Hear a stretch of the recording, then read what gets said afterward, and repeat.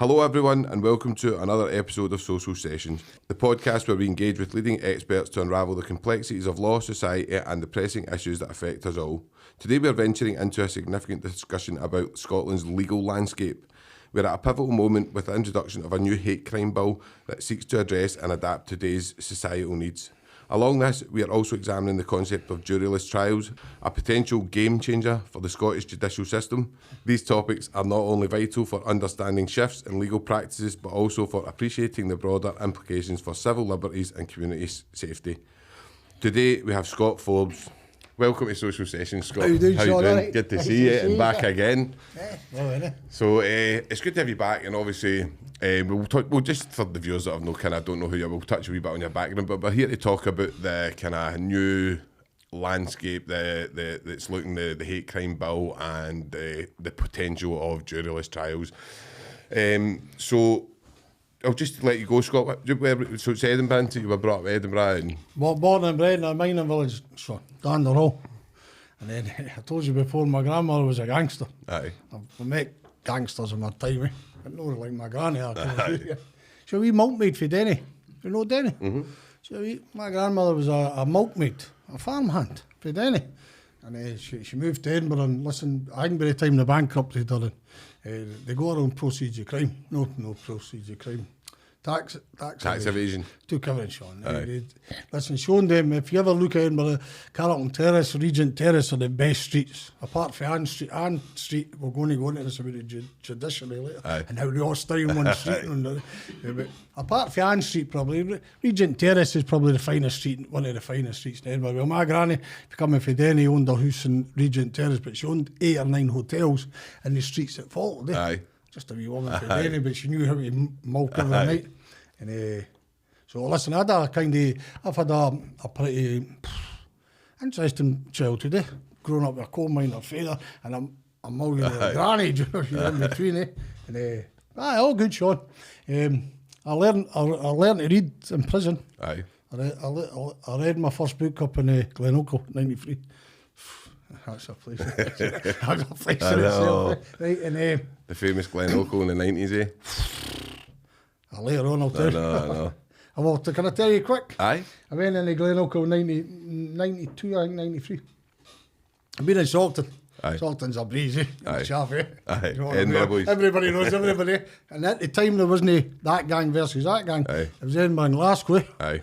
The Glasgow guys were in Salton, weren't getting an easy ride and vice versa. Although my best pal in Salton was a guy called Andy Dockery, a Glaswegian. What are you doing talking to Weegies now? Aye. Although I found all that nonsense, until I went to Glenorchy. I walked in for a medical, they used to show white powder on your pubes and that, to check you first. And a guy called Davy Rafferty, I think he's dead now, Davy Rafferty, right? Davy Rafferty's, alright, big in and he was cut for the Sean, I'm not exaggerating. And he had 3 holes in his back, like that. He had been fighting it and he threatened to stab somebody in B Hall in Glenorchy and they had just run up the back of him in the stairs and, right? I'm not going to live with the prison officers, nor there's always a name in us. Even I'm an old man, I still see that, But a prison officer saved his life. He had AIDS, if I remember correctly, right? And when he gloves on, she put her hands inside him. Aye. Do you know, like to stop the bleeding, it saved his life. Right there, isn't it? Aye, so the inside B Hall, there was B Hall, Glenorchy was like in a landing and then 4 or 5 steps and our landing it. Oh, then he go in that B Hall, it's full of all the Ouija's, I'll fucking kill you. I'm walking across for the medical, I've just seen him, he cut right? I'm walking across the land and a guy we grew up with, a boy called Stephen McNair. Aye. Do you know? Stephen was Carstairs and all that stuff, right? So we're walking along there and he's walking towards me, surrounded with prison officers, shackled, the ankles and from the ankles to the hands and walking like that, right, surrounded with screws. I was going to shout, all right, Stevie, and I thought, shut up. Now, I grew up with him, through pigeons with him and fucking all that, right? And where you going, Beho? There's a chavvy moving in. Then I realised, what the divide was. Luckily, Sean, I think quite similar to you. I'm a big, likeable guy. And I knew people who knew people and all that piss, right? And after a couple of days, all the fucking chavvy bastard, that all stopped and you're doing big in and that, so it was all right. But a minister came to see me. For Northumberland, you know where I am? Mm-hmm. My dad had Oh man, I had a caravan down in Blythe for years, so I know the accent. And it's 4 or 5 days before Christmas or something. So, you ever read, son? I said, nah. And he gave me a book called Ragey Angels. Sidney Sheldon. Front cover and back cover obviously torn off. You told me about it the last time, and I've still not read it. It's a brilliant book. I've read it a couple of times. So it started something inside me, Sean, to read. Aye. Now, I'm not going to boast today like, I've read this. Aye, of course, aye. Fully. And I never stopped, Sean. See, when I go to jail. Aye, you're well read. Listen, I went back. I'm biblically read 3 or 4 times. Quran, 4 Socrates, Plato. Because at that time, there was no tellies and that. We were still slot me. See all this segregation about men and women's toilets. Although I disagree with defend women, I remember in Salton 93, prison officers watching grown females. I know, aye. Watching men slop out and taking delight for it. Aye. So I don't understand what women are saying now about men being in their toilets. But it was feminists that first put women in beside men's spaces, you know. And I just read, Sean. I never stopped. A big guy, I'm positive it was Andy Dockery, I ken his doc. And he's taught me a couple of fucking things on the guitar. A big Ouija. I say Ouija with James, I know I mean it. And Scott, you never read it? No, I never started writing. What do you mean writing? Oh, Sean. After you started? I had the doctor and all that. Education budget 400 grand, but they only spent none on education by the time I was for yoga teachers. So, but once I go out of prison, what are you going to do, Sean? You're well read and you're in the street. Do you know what I mean? So I just kept reading. I read everything. Listen, I didn't mean everything. See all your classics, I read them just to be intelligent. And then, tell you, I met a woman called Kate Smith, and I've always, she was a journalist for the Herald. Met her one time about a computer course. I still can't work a computer, right? And next thing I met New Battle and that led to look at stuff. And then still in uni. And they were asking me, uni, Scott, where have you been? What do you mean? Because I'd read stuff that some of them I'm talking about professors. Aye, because you're a different class, and you're going into somebody else's world, and you need to, because they don't get where you grew up, Scott. They didn't show. And you do feel different in a university setting, and it's not their fault. Do you know what I mean? Some of them try their hardest to understand, but I think, and hopefully I'm right with this, but the universities seem to be moving on and taking people on now a wee bit with lived experience, and I think it's because of that, Scott. I think I don't think that people will realise that money goes through universities. Do you know what I mean? Doctorates, masters and stuff. It costs a lot of money. Sean, see, well, listen, I done an honours degree in philosophy and history. Socrates. Aye. Amazing. Me even smiling when I say it, just Did you ever read Machiavelli, The Prince? I mean, that's just what's going on in this day and age, isn't it? 100%. And some of them that I met in jail who are gangsters, they should be chief executives in massive companies. Definitely. They come for a scheme and they end up making, I'm not defending drug dealers by the way, but I take some drug dealer. And but they end up making fortunes and empires. But they come for a scheme.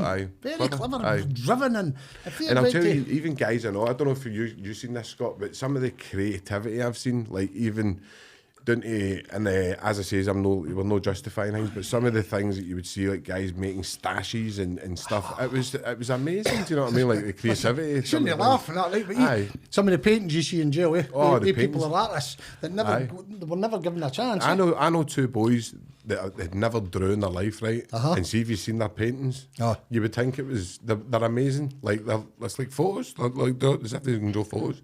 Listen, we got told by a wee guy years ago, George Beveridge's name is. Aye. George Beveridge, but definitely Beveridge. Aye, George Beveridge. He was a lifer. Chopped a man's head off. Like they bullied him. A bullying his scheme. George would be 5'6", but wee evil. Oh, you could tell. Took a sword, and after he killed him, took the head off and the chip. He won't bother you again. One of them. Anyway, I'd met him on the outside. And then in prison, he'd got recalled. Oh, Sean, his artwork. Amazing. Like incredible. I go around galleries sometimes in Edinburgh and I see the best artists and I've seen lads sitting in a joint in their hand doing a painting in the prison, and you think, listen, we spoke just briefly, prisons are I'm still in contact with people in prison, and I'm not in, but I'm not to look. I know what you mean, And it's a ward, it's a mental ward, some of it. See, we had Johnny Steele, and I love Johnny and Joe.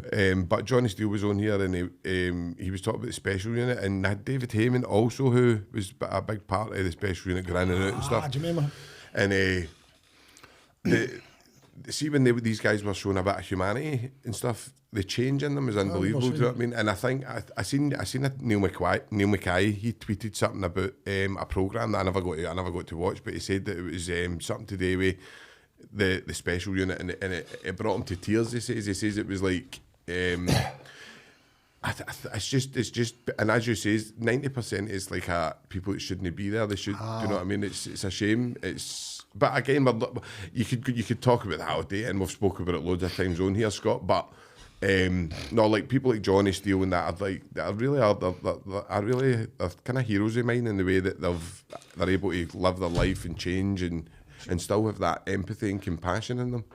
Joe Steele, listen, I say this genuinely with heartfelt. Don't do that very often, but genuinely felt quite privileged. Aye. Joe Steele seen me with you. Aye. And he phoned me up. Now, I hadn't seen Joe Steele since 1993. It's a long time ago, eh? Aye. And I was there when he was escaped. Aye. The funniest night I've ever had in my life. Prison officers. I don't think people understand how hard that is to escape. They've done that 3 times, man. Sean, listen, he escaped to go broke back in. And we kicked up a stink. It's fucking our turn to get out. Summer's night, you know the drill. A pub called the Captain's Cabin, which is now shut in Edinburgh, is playing Stockton. Do you know how Stockton's got a football team with lifers and all that? So we get Seahall gets out. Joe Steele's one of Seahall. We get out, and I ken guys for the Captain's Cabin, like Charlie, big Lenny, a big DJ and all that. And they were walking in the face. I'm not exaggerating.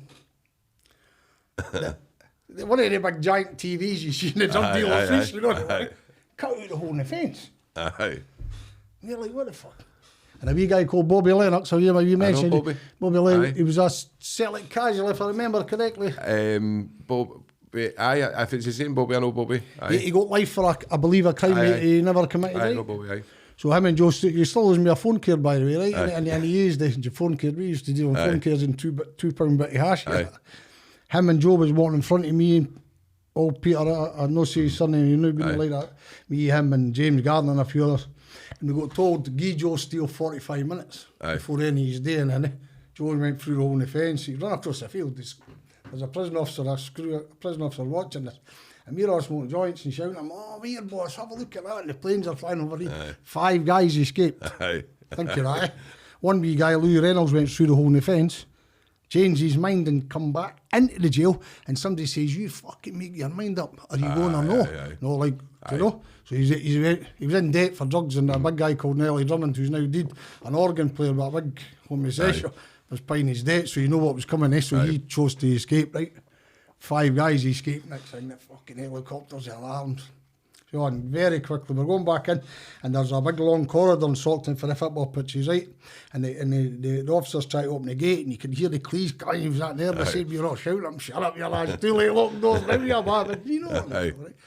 We get back in the hall, and a boy called John Allen, who's now dead, walks over to the prison officer, and he says to him, "What's that, boss?" What? He says, "You're P45, you fucking clown." The whole place, Sean. Listen, the whole jail was 5 guys. Group 4 had lost 2 like in a whole year. They lost 5 in a night. So you can imagine prison jail backload those. The funniest night ever, genuinely I've ever had. And you have to thank Joe Steele for that. What him and now. We're going to talk. I thought about this last night, speaking about Joe. If Joe Steele never had a brother, or you never had a brilliant family, or Luke Mitchell never had Sandra Lean and his mum in the campaign, he would have been dumped to. Definitely. I've seen, especially if I've been out now, right, and I always mention Natalie, and I think big Kevin Cabry, I know that he did the low moss stuff, and it's still the recovery cafe stuff, and some of the work they're doing is phenomenal, like in the way that they see some of the lifers they're taking out, right, and they're getting them into recovery cafes a couple of years before, and these guys were guys that you would say are right afs, do you know what I mean? So a lot of the guys that no right afs in that way, I just mean you'd think that we're never getting out, and they're managing to so I honestly can't take my hat after them enough, but I always say it, anybody that's made a success of their side has got a support network. That anybody else probably wants to go back. I actually spoke to a boy, I'm not mentioning his name, but I spoke to a boy who got out and he was out for 6 months, and What's back? he says that the doctor said that basically it was I don't know, it's no Stockholm syndrome, but it was kind of like he was wanting back to the jail. That's what the doctor says. You're basically saying to me like you want to go back there, and I felt so sad for him. Do you know what I mean? Just listen, in the whole thing about justice as we're going to talk about today, I believe that there's no justice unless you've got money in this. You can't sue somebody privately unless you've got money, right? And me and you know, when you go to court, if you go to sheriff court, you're not getting a deal. Your lawyer's taking a deal for you because he's getting 500 quid whether he plead guilty or a day trial.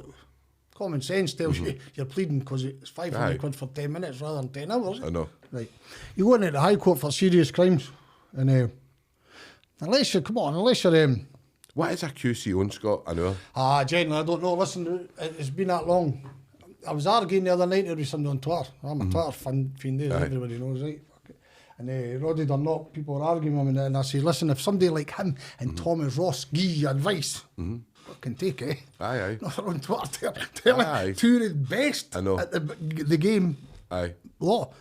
You're up his own or just... Roddy and Tommy, by the way, and he's right to come on. Listen. More welcome. Both of them are approachable, man. Aye. Off camera, I'll tell you, you know. And very approachable. I like Big Roddy. I like listening. I don't get involved in Twitter much, do you know what I mean? But I like their tweets. I follow both of them. Juryless trials. Listen, we're going to go on to this later, right? But both of them are scathing, but so's everybody. The only people that aren't scathing in Juryless trials is the Rape Crisis Centre Edinburgh. Please, we're going to this later, right? They shouldn't be getting funded for any government. They're a hateful place, right? And a woman called Julie Bindley, she's telling Thomas Ross, QC, about law. I was reading her interpretation of law. It's absolutely shocking. It looks like a 15-year-old kid's read Google and then have come to write. Do you know we had Chris Daw on here, right? Casey for England. Yeah. He was absolutely brilliant, right? And I was saying, like, obviously about victims and stuff like that. And obviously victims need all the support they can get and everything more. I would give them a lot more. Like they need a lot of help with a lot of stuff. Any victim. But what he did say, and it kind of rung through me, and saying that the law's supposed to be impartial, right? And if you bring victims into that, they're never impartial. They can't be, because they're saying that they're coming for anger or they're coming for a different angle. And it made me think differently in the way that, listen, see, like places like when people that there needs to be equal opportunities in anything, right? and that's the playing field. That's what we all want, is equality, right? And that's what you aim for. But I don't know how you do that. It's like asking me, right, to set up an appeal court. I'm going to set it up in the way because what happened to me. I would set it up in the wrong way.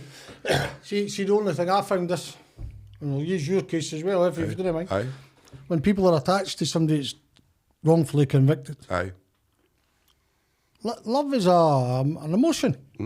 People get emotionally attached to that person, and you can't see the true picture because of that emotion. You fight for that person because you love them, and you think somebody who's no fighting the same as you doesn't care as much, but they do, Sean. I know.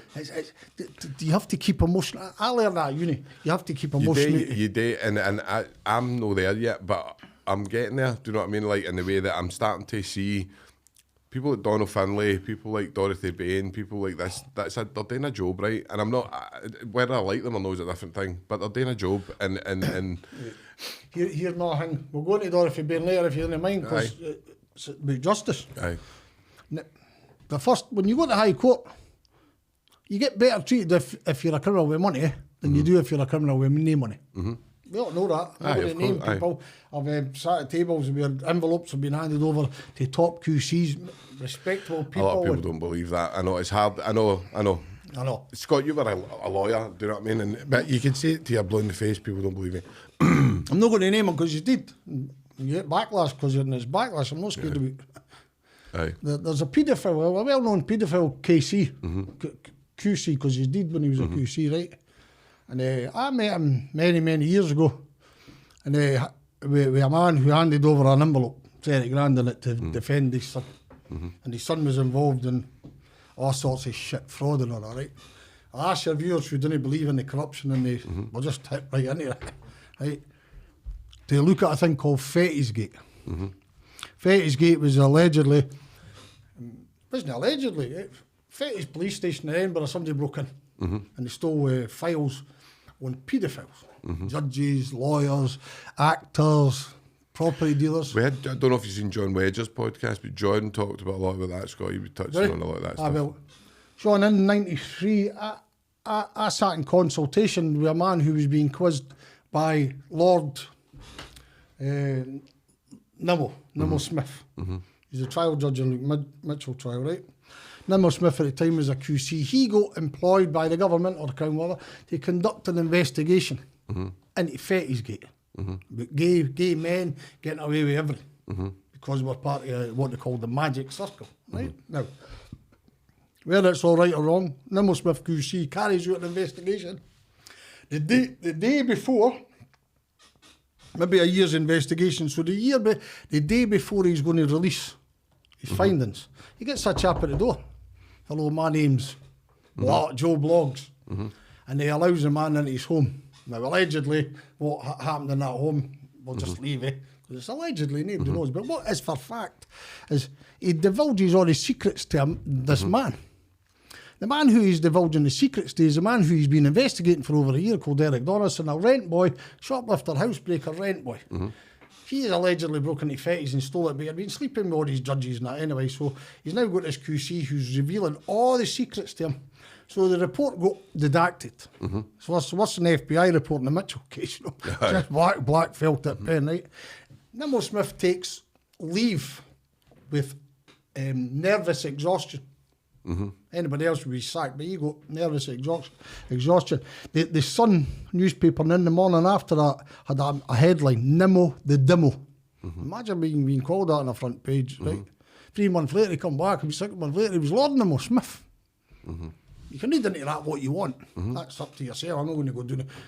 Aye, no. That doesn't take. I mean, it's like there's a lot of things that don't make sense, and I think it's like anything, Scott. There's good people and bad people, and I've met some good people in the legal system, and you're obviously going to get bad people. And anybody that thinks that any system in the world, any company in the world, any huge organisation, you get good people and you get bad people. And if you think that's the legal system's immune to that, even the good people will act badly.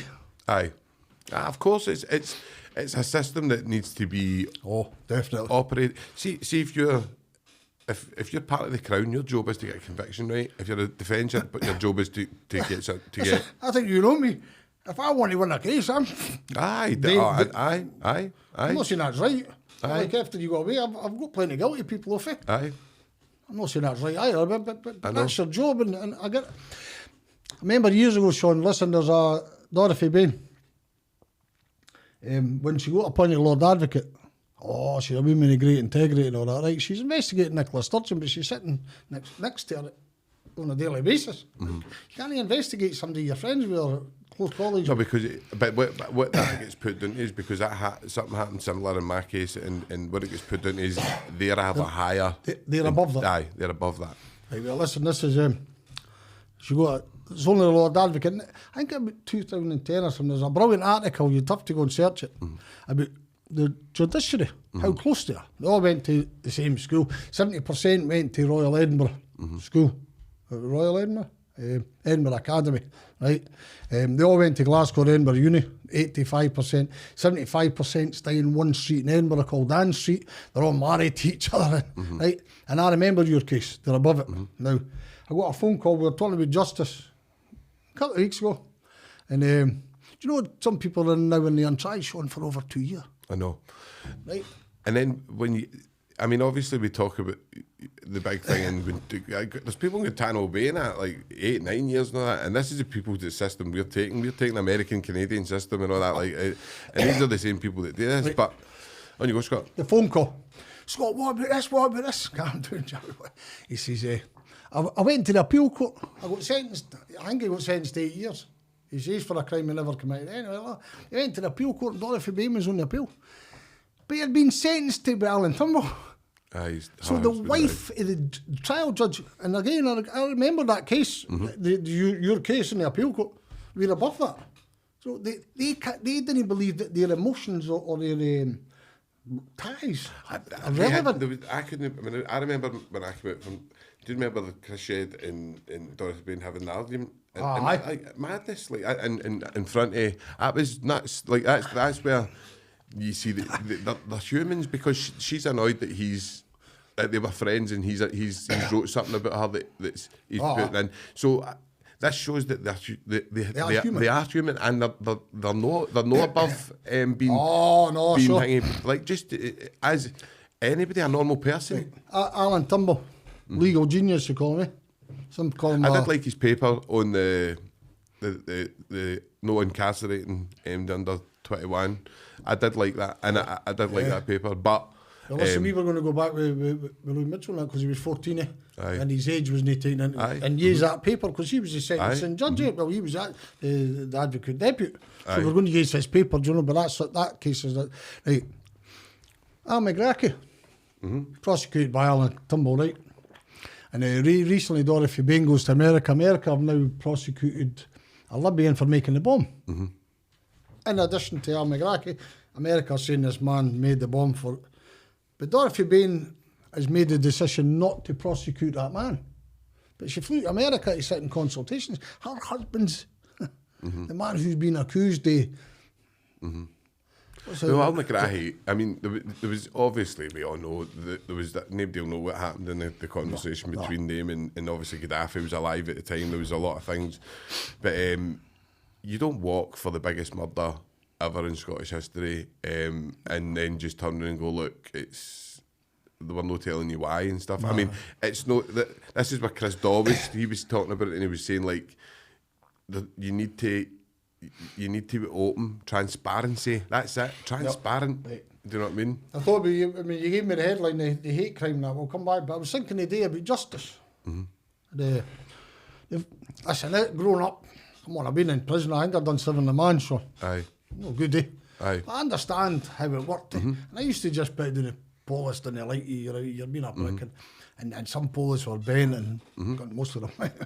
But at the time, you just put that down as because it's you. Aye, like that, and there's any. You just need to look at, like, even just look at Joe Steele's case and Tommy Campbell's case and see the way some police operate. And that, as Chris Daw says, he says if prison numbers are going up, then basic maths would tell you that there's going to be miscarriages. And what annoys me, honestly, I just don't know. See, the Crown, it's like they want to make it like that they're bomb-proof, right? And listen, the Crown have done a lot of good work, and they do, like, most of the time, they do a good job, right? But see, when they don't, I don't know why they don't.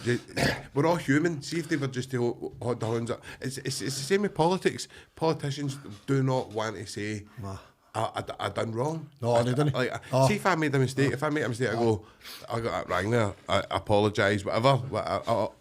But in these two fields, and they're very, very, they're the foundation of the society, Scott. Of course, sir. So you need transparency and equality, and I think you're right when you touch on it. It's the working class they've got us all. It's magical the way they've done it. They've got us all, like, some prison officers working class, police are working class, the criminals are working class. We're all against each other. It's like Machiavelli's Prince. You just read it and you go, so who's in the jail? There is middle class in the jail, but very few. Honestly, I say it all the time, Scott. I never met MD that was like, how you doing, mate? I'm from fucking Bears Den. Never. Like, I've never... all the middle class are fraudsters and paedophiles, eh? I know. Really, in the jail. Aye. And by the way, if I'm being honest, they all should be jailed, eh? Aye. There's listen, I could list the Emma Caldwell case. Aye. They allowed them people to walk the streets. I can't even remember, Ian Bastard, right? Good on Sam Polan, eh? Aye. And right, but they allowed a beast, a rapist, or whatever, to walk the streets. They knew he was guilty. And if the Turkish guys hadn't been clever, wide for law, they would have all been in jail. Now, Big Russell Finlay. Do you know that? I know. I don't. Do you know? Actually, it's like Russell Finlay wrote a good article on my case. I don't. He did. Aye. He wrote it in. He fucking ruined my career. Aye. But then I understand why. He's doing a job and he phones me and he's been a decent man to me I since. hear he's fair. I hear, like Oh, he's, isn't I've actually heard Bill. a few people that really like him. He sticks up for a guy, man, called George Beattie. Aye. Right? Now, look, George Beattie's called, I can't remember. Angus Sinclair's one of the most vile humans I've ever read in my life. Real, right? World's End murder. Do you know an Edinburgh? Aye. Angus Sinclair was a beast, real a horrible beast, a paedophile, murderer, everything. Now, the police got told about Angus Sinclair 15 years or 16 years before he was convicted, right? That's him that's done it. Nah, ignore him. They ignored evidence like they've done the Mitchell case and the Emma Caldwell case and all that. And the target George Beattie, and I feel pretty bad that I can't remember a second man's name. It goes as a miscarriage of justice. Anyway, they charge these two men, right? And Angus Sinclair gets a free pass for 16 years to go on, and he goes on and rapes countless. He burns them, right? And Russell Finlay writes about the luckiest serial killer in Scotland, right? And then a guy called Tom Wood comes out, Sir Tom, right? And how great his police work was to catch this man. No, the police had allowed this man to rape, and not one person ever been Do you think held to account. You know this, Scott, better than me, right? See, like the police and stuff like that. Is the police, does it operate in a similar fashion to, we'll just take the criminal fraternity, right, for example, right? Aye. Or the prison officers, right? Does it operate in the way that any system would operate, where you get people who run the show and they've got a lot of clout, and then the people below are scared of that person? Is the police system similar?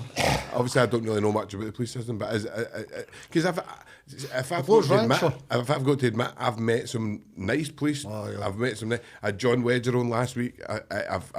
But you also get horror stories, and I know people like my wee pal Clyde was set up. He gets set up with stuff.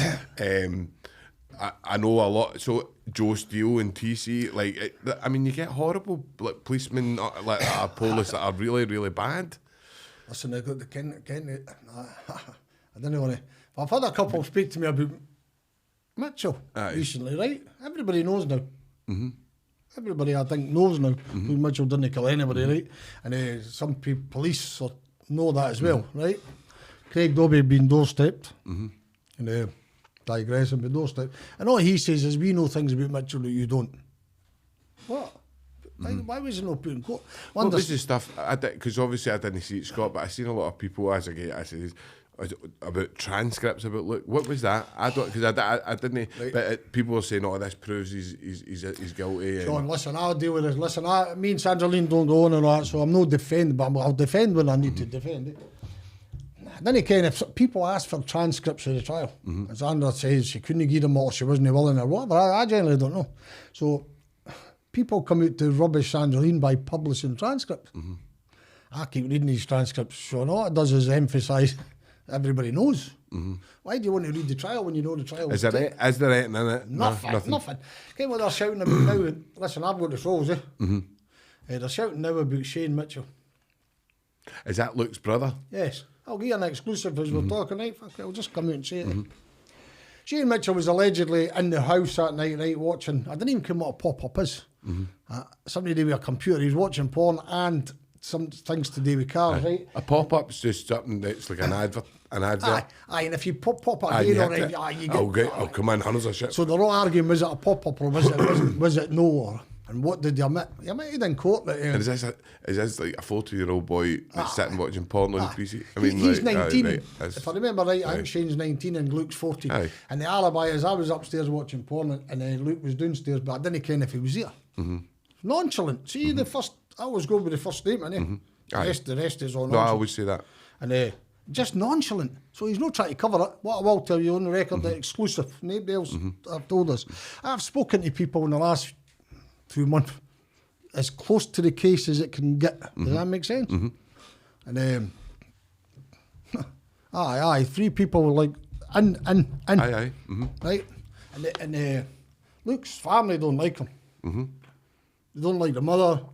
I've been, people, again, But is it just like a family, as in like 100%. The brothers don't like, 100%. like I don't like my brother, and you get so that. Because Shane Mitchell and the dad Philip don't vocally defend him, your trolls say he's guilty because the dad and the brother didn't speak to him. What I can tell you, I'm going to kick him under the bus here, so I'll say, I didn't like the brother or the brother. The brother didn't like him. Aye. Right? There's loads of families. He didn't like them before the birth. Aye. There's loads of families. So that's their thing. Oh, Shane Mitchell and his dad didn't talk to Luke and the mother, so therefore Luke killed. Just as boring, Sean, really. I've not spoke to mine. Listen, I've got a brother and a sister, 2 sisters, and I've not spoke to one of my sisters in, I don't know, 15 years. Oh, I mean, Does that make me a killer? No, it's just not nonsense. I will always say it, and listen, I always stick up for Luke Mitchell when the question comes up. We weren't here to talk about Luke Mitchell, right? But I'll always say it. And we had Alan Jameson sitting here. I didn't see MD coming on and questioning his stuff, and he just said there was nothing So there. they question me because of my past, because that's all I've got. Aye. Oh, you tell fucking lies. Where's your transcripts? I've read the transcripts. I didn't even read the transcripts fully. Do you know why, Sean? Because the court case is tainted now. Aye. We'll go back on the only thing with Mitchell is always sticks me. He was a 14-year-old boy, Sean. The whole thing, Scott, right, is the be all and end all, right? If and I'm not going to go into all right, but this is the be all and end all for me, and it always is going to be is that lassie was brutally killed, right? And there's that boy wasn't washed, and there's nothing there. It's impossible, right? That's my view. And talking about the justice system, going back to justice and bring him in, Joe Steele. Oh, they invented this ice cream war. Oh, nuts. What war? There's no war. Aye. They fed their hacks in the Daily Record. Aye. Fucking hell. Aye. And they invent this ice cream war. There's no ice cream war. They just invented this ice cream war. They do a lot with things to create. I mean, images. Aye, and you read the Digger and they'll create. I mean, it's dangerous. It's dangerous. It's not right, Scott. It can. People can get hurt because of it. Do you know what I mean? It's not right. Do you know what I mean? They shouldn't be doing it. See, Joe Steele had Johnny Boy. Aye. He had the brother. Listen, I genuinely admire him because I only see me bits. I see what the dad and all that done in that. Aye. No, I know. And brought tears to my eyes of that one. I know. But Joe had a brother that was willing to fucking go to extreme lengths. They break out his sock tin. They listen, I say that with smiles and genuine admiration. No, I love the two of them. The two of them are brilliant. Yourself, and I hope I say this right, your mum and your dad and Fiona and all are very supportive of you, and your brother and you had a brilliant... No, definitely. I remember the first time public speaking to you. You know, Bob, that, no, I had massive support. Aye. So you had it. Joe Steele had it. Look, Mitchell, do you get me? Aye, because you said that on the last one, Scott. He's weird. Do you know what I mean? But that doesn't mean nothing. There's loads of weird people. I mean, you walk through the town, right? And listen, weird people, right? Probably like I'm weird because I'm not the same as them. What's your definition of weird? Do you know what I mean? Well, listen, see on that day, Mark Kane, as I spoke before, right? He could have been the Folger. Aye. Easily, Sean, right? And Jodi's brother. Aye. Okay, right, so we'll leave that for now. There's a man called Stephen Kelly involved in this. And you've read about Kelly over the years, right? Everybody says Kelly could have been a sex case because this and that. His blood's on Jodi's bra and his semen's on her T-shirt. Now, any other case I've ever looked at in my life, he's a suspect. Aye. And by the way, if they hadn't had Luke, he was going down there. Aye. Now, I can't go into it too much because I promised him. Aye. Right? But he never killed Jodi Jones. No. He's a big soft kind of... But he was a fall guy, mate. I know. See the T-shirt, this is in my opinion, just... The T-shirt and the bra weren't Jodi's. I believe they belong to the sister because he's the sister's boyfriend, right? But what I'm trying to say here, they got a victim. Aye. They got a victim with Joe Steele. They got a victim with Ian Murray and Brian Wilson. Paddy Hill. Listen, you Paddy. Jerry Conlon, the boy what's the other boy, the boy for Wales. Brian Malkinson in Manchester. Malkinson, aye. So. And I terrible, I can't remember his name. He's wrote to me a few times on Twitter. But no, as you say, it's Malkinson, and I would love to speak to Malkinson, so MD that can get somebody for the commission on here. I would love to get that, Scott. They would be more than welcome on here. More than welcome. Listen, I've sat in meetings with the commission many times, right? And people will shout back to justice again. They're meant to be a neutral body to oversee justice. Nonsense, eh? They've known about evidence And in cases, Mitchell included, since 2013 and done nothing. How can it be neutral? Definitely. There isn't a neutral body to, right? And listen, back going to the High Court, Sean, if you're not a gangster, pal, that's got a decent bank balance to look after your solicitor. All the knowledge, Scott. See, if you see once, like I've said this before, right? Some guys get maybe even 17 or 18 go to the High Court, right? And then they get a feel for it, and then they know, right? See, when you go there for the first time, see most of these cases you're talking about, they're all first offenders. Right? Very rarely will you get somebody that's been through the High Court, because they don't allow the things to happen which go on. I mean, in my case, right, you were there, Scott, you walked in. My lawyers at my case tried to say that I never asked for forensics, right? And told the BBC that, I'm not going to name his name, they told BBC that as well. I never... Why would I say to my lawyer, right, a 19-year-old, and go, I don't want forensics done? I didn't know. I didn't know anything. Do you know what I mean? It was literally... That's what they like the police. They close ranks, eh? Aye. Now, your trials, I should have been a show trial, eh? Aye. Just every QC in Scotland, it's the QCs. It was a show. It was, and Paul McBride came out and talked, but it was definitely aye. Do you know me? Now, that should have been a show trial for justice, and it showed injustice. Aye. Really, eh? You're four top QCs, eh? Aye. And then the whole of Scotland, right, at the time, performing at their highest ability. And the wrong man goes to prison. Now, if they can't take that as a lesson when you're in the High Court, you're getting thrown to the wolves. Eh? Aye. Now, I can't name him, but a Glasgow gangster, Donald Finlay and all that, right? Finlay says that Finlay's biggest victories, the gangster has had experience in the High Court before. Of course. And he can tell the QC, nah, you're not doing that, you're doing this. That's what I mean, definitely. And if you've not got that experience... Definitely. You're in bed. It's scary. The place is scary. You don't want to be there. You're under a lot of pressure, and there's everybody that's horrible. The victims are there, and we're there, and there's so much going on that really, really frightening stuff for everybody. Do you know what I mean? But as you say, these guys know what they're doing, and you put your life in their hands. Gordon Jackson's telling me you'll be all right. You'll be fine. Yeah. So you're not going to question him. I remember Chris Shedd telling your parents and all that. Do you know your appeals? Aye. And then do you remember that Jim Kelly? I mean, Chris Shedd said, don't do that like Jim Kelly was what a day. And I mean, you could go on all day. I mean, people wouldn't believe you. This is the stuff like, I mean... So how many times were you in appeal court? 56 or something. Were you? Aye, it's hit the most in Scottish legal history. But do you know I get the blame of that? I heard you talking about I could never, ever in my life go like that to the judge or come at me and go, I'm not going to do, mate. I'm going to make it another day. I can't be bothered. I never wanted to go to court any of the times. Listen, on justice, the first time as a trainee solicitor, I used to hear people talking about getting a doing. What are they talking about? And then I seen Chris Shedd in the appeal court. Aye. And that's getting a doing, in court. Now, how anybody and he was brilliant, Chris Shedd, by the way. See, the last time I come to meet you? Aye. I was at Haymarket standing on the I know, yeah. Mr. Shedd, hey, Johnny. You didn't kind of his sentence, you know him, you do. I said to him, I'm on my way to meet Sean Tote. And he's a sheriff, never believe it. Aye. But he was really good with me, he was. Well, listen, I seen Shedd, he was an appeal. Aye, he was really good. And getting a lick in, eh? Oh, and you know, like tell you what, you remember Chris Shedd won that appeal hands. Of course he did. Listen, going back again, justice. Well, I like you in your case because it's a good journey. Many years did you ask, Sean, to get that knife and the measurement? 2005. I started straight after it. So I met you 2010. Eh? Aye. Now 5 years you couldn't get access to a knife. Eh?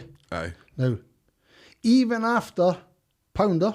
I still smell it. I'm proud as fuck. Genuinely. I swear to them. Genuinely. I wish I could meet him again. Eh? And when I met him, so the top pathologist in Scotland gives you a report.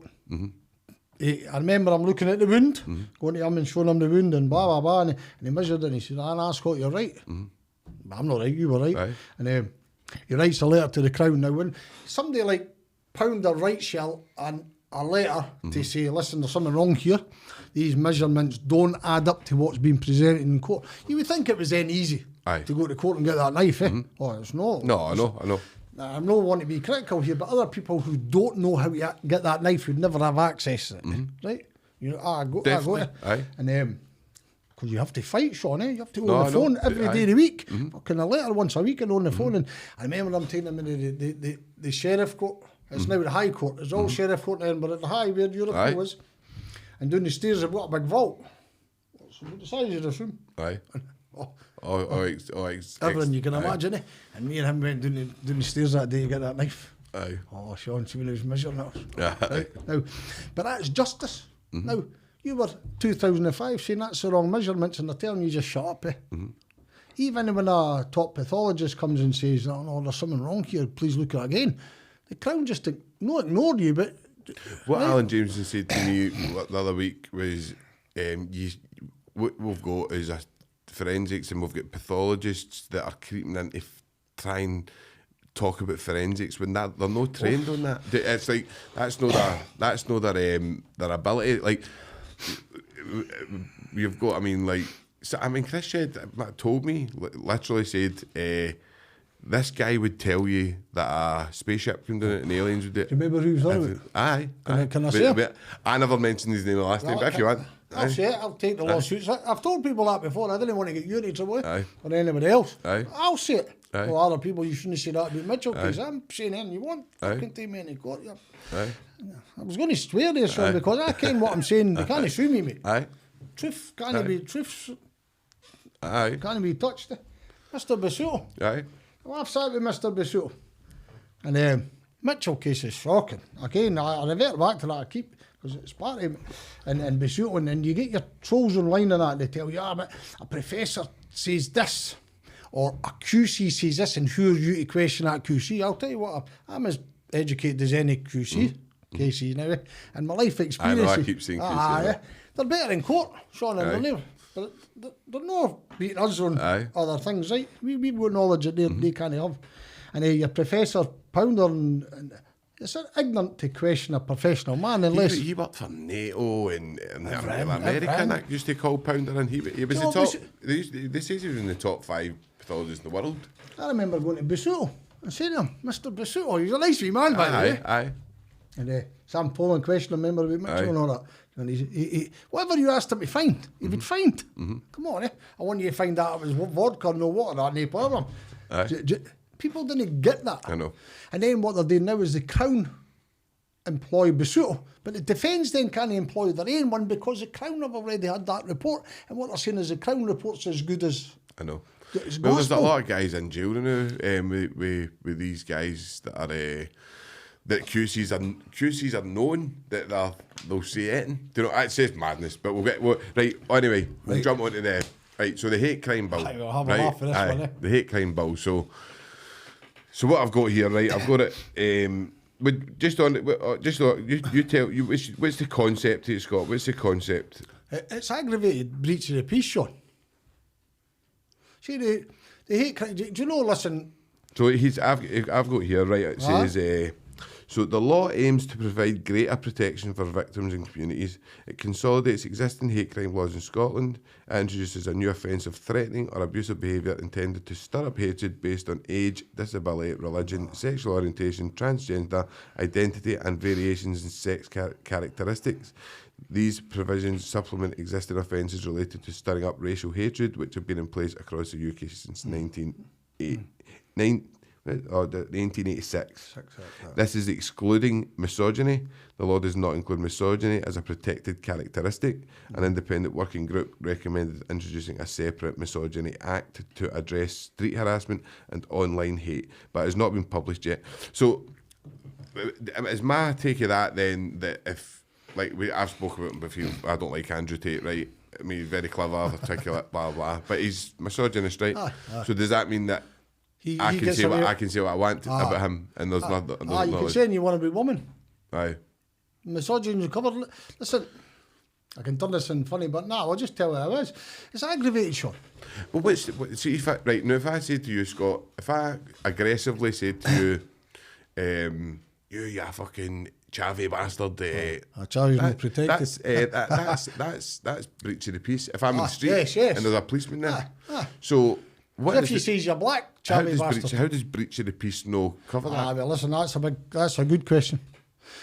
Listen, the law itself, Sean, isn't bad because it's only had an I know what you mean. aggravation. Right? There's parts of it that I agree with. This is where me and you might disagree, but there's parts that I agree with. I think some people do need extra protection and they've got mental health problems. Listen, And do you know what this is first, Sean? The BL, well, you can dress it or doing if you want.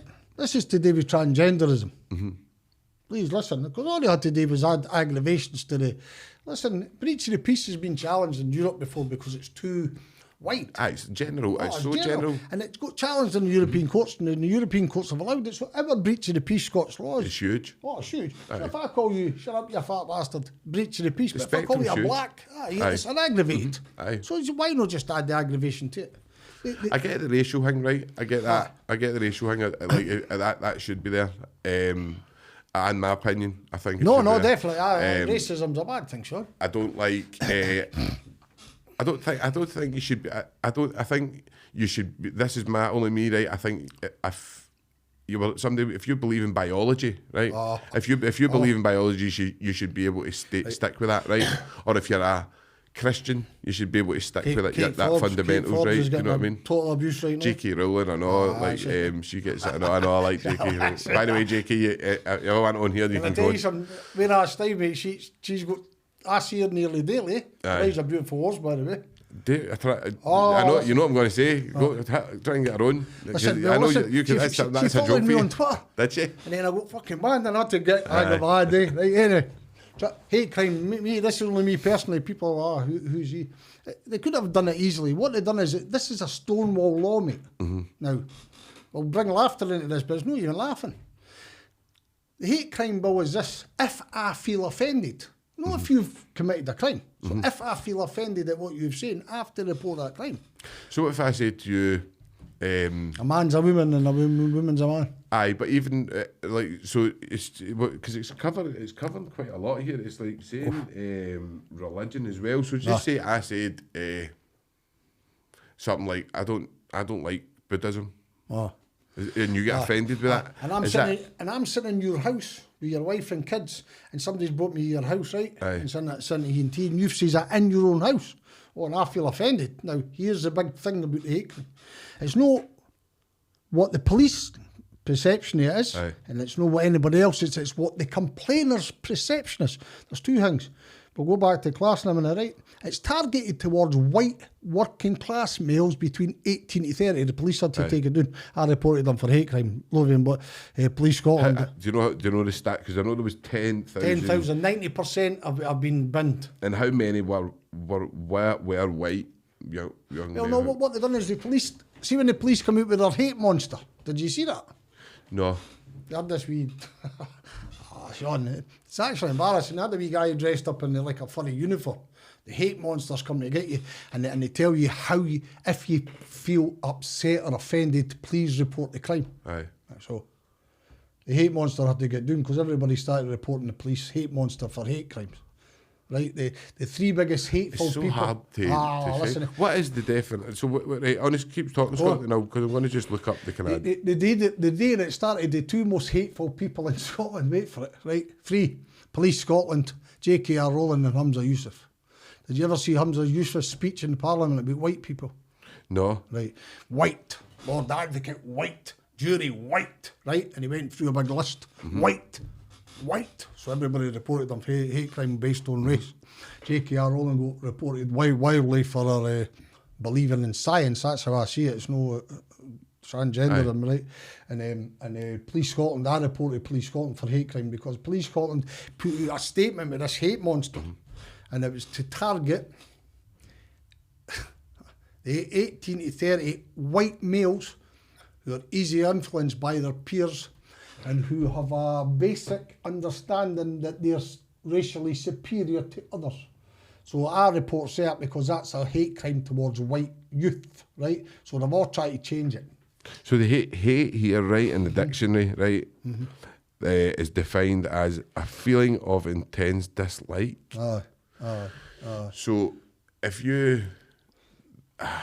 it's really hard to even... Listen... I totally believe that if you want to live your life, if you're gay, if you're transgender, you should be able to live your life whatever way you want. I think you should be able to believe in science, and if you want to say that biology's a thing and biology's real, then that's fine. That's if a man's standing in front of me and he's got a dress and a big fucking cock king between his legs, I'm never in my life going to say he's a woman. Aye. I'm going to treat the guy with respect because he's a transgender and he wants to wear a dress for us. But I'm not going to start lying for him. But that's what they're trying. So is this that's the basics. So it's like, well, I mean, obviously, because I don't get where the logic is behind There's it. no. Sean C. Hamza Yusuf can be about class. He went to Hutchison Grammar, right? Aye. He failed law. He went to uni and failed. Imagine going to Hutchison Grammar, 20 grand a year or 40 grand a year or whatever. And he went to university and he lasted a semester in law. And this is him now in Parliament writing these legislation and the law. See the 10,000 people who have reported a hate crime. That's now registered. So I just report you. Sean Toll's a racist. Sean Toll's a bigamist or whatever. And they keep files on you. When you go for a job in a school or something, they're going to dismiss you because you've never committed a crime, but somebody's reported you because their feelings were hurt. But I see me as a person, I feel as if I'm so live and let live. Like I've got gay friends. I've got people of different race. I've got people of different religion, and I don't hold anybody any different. I think equality is Can needed. you legislate for ignorance? Here's the thing. Listen, it's rushed through. I've done freedom of information. So you know, it's just boring. Aye. All police divisions now have got what's the right word for them? Task forces. No, they've got LGBT police. Right. Every police force with their cars, with their rainbows, and they wear the rainbow lamp. What John Wedger was talking about last week. John Wedger was saying when he. Basically, if you were corrupt, right, or you were gay, right, he says back in the day, he says there was one place in London where everybody gets sent. So you were corrupt. So he says his sergeant said to him when he went in, "Are you bent? Or are you bent?" And he went, "I'm bent." He says, but that was the thing. He says so. It was like there's to me, to bring legislation in, and if we want the world to heal right, this is what we all want. We all want to heal right. So you need to be logical about the a citizen charter. Didn't give a fuck if you're black, white, or coloured. Every citizen treated the exact same. I know. The police are now targeting 18 to 30-year-old white males for hate crime. They say they're the most. In other words, when you're walking through the street at night at 1 in the morning, you're half bevied, and you see two men kissing each other, and you shout, "Shut up, you Perry." You're getting charged. That's an aggravated crime, right? The thing that makes it a joke for me, Sean, two things. The police force have targeted LGBT police. They've all got their own sections now in police, and they've trained them to take the complaints. Now, not that long ago, there was a woman called... So the people that are LGBT are actually the task force? So again, that goes back to what Chris Doyle's saying. If you're a victim of any kind of thing, how can you be coming from an unbiased level? Listen, recently, I'm trying to remember her name. Joanna Cherry defended this woman. Her name will come to me. I can't remember. A Glasgow woman. Say something about transgender. They turned up her door and arrested her big butch lesbian policewoman with the rainbow lampard and that, and taken a woman out, and she's got a autistic kid. The woman's name will come to me. They took her out and she's screaming, "I've got an autistic kid there, you can't take me in this big butch lesbian." Fucking Joanna Cherry defended the woman, and it all went quiet. You can imagine when it started becoming political. So you've got an LGBT police force enforcing hate crime. This is going to sound daft to your viewers, but this is just true. This is how much a joke it is. It's not a joke, Sean, because it's... No, it's huge. It's huge on your subliberties. Because it's freedom of speech, right? And it's like... 100%. If you go into Twitter, right? If you were to go into Twitter, then you could literally jail everybody. Because Twitter and TikTok are so toxic. Like, 100%. The abuse I get, the abuse everybody gets. I mean, you just don't... I don't entertain it, but you just... you get people on Twitter. I've seen the arguments, and they're very hate-filled. Oh, on Twitter. Sean. See, listen, see the abuse that J.K.R. Rowling takes. Even after Celtic Rangers, I mean, the stuff people write after a Celtic Rangers game. You must be charging everybody. Oh, but listen, what do you do when you go to Ibrox? I know. Or singing your feed or vice versa, you know? Right? Are you going to arrest? Well, on the day that happened, J.K.R. Rowling had about, I don't know, 10,000 complaints against her, right? So, but, and her and Hamza Yusuf, they weren't going to charge them. So then people saying, you've got a two-tier system here. You're not going to charge these two people because they're famous. Mm. So who has been... See, I would be interested to see the cases that have made it to wherever, if it would fit into a breach of the peace. See if it would fit into an actual, just like a normal breach of the peace. Sean, I read a couple of years ago, a Glasgow lawyer, he's walking through Glasgow on a Saturday night, kissing his boyfriend. Mm-hmm. And a couple of thugs, I don't even like calling them thugs. A couple of laddies on the street shouting, you're a faggot or you're a poof or whatever. That's wrong, you shouldn't be shouting that. But they could have been shouting at you, baldy or fat, or do you get me? It's just what they're shouting at somebody. The guy picks up a phone and phones. What are you trying to say about me, Scott? I'm just saying you're talking a few pounds, Sorry. What computer's been you too well. But they pick up a phone 999 to tell the police somebody's shouting abuse. And they keep 999 on the phone for 20 minutes till the police arrive and arrest these two guys. If you phoned 999 to say two guys in Glasgow shouting at me on a Saturday night, you get arrested. So there's a two-tier system. It's so weird. I don't know. I mean, I don't know where it's came from. Do you know what I mean? But Hamza, it's like Hamza Yusuf, mate. He thinks everybody in Scotland hates him because he's of Asian heritage. They didn't like him because he's politics and who he is. It's not to do with what he is. No. And he's invented this. See, the more people report hate crimes. But Hamza Yusuf's proved that he's a crap politician.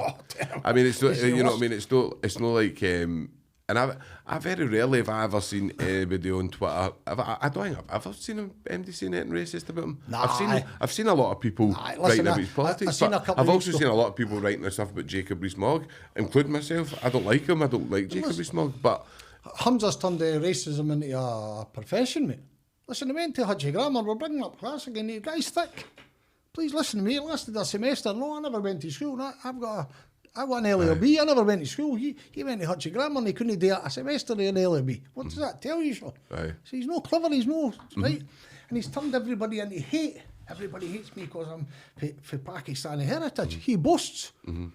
Blood and soil Pakistani, and then he moans that people mention it. I hate it.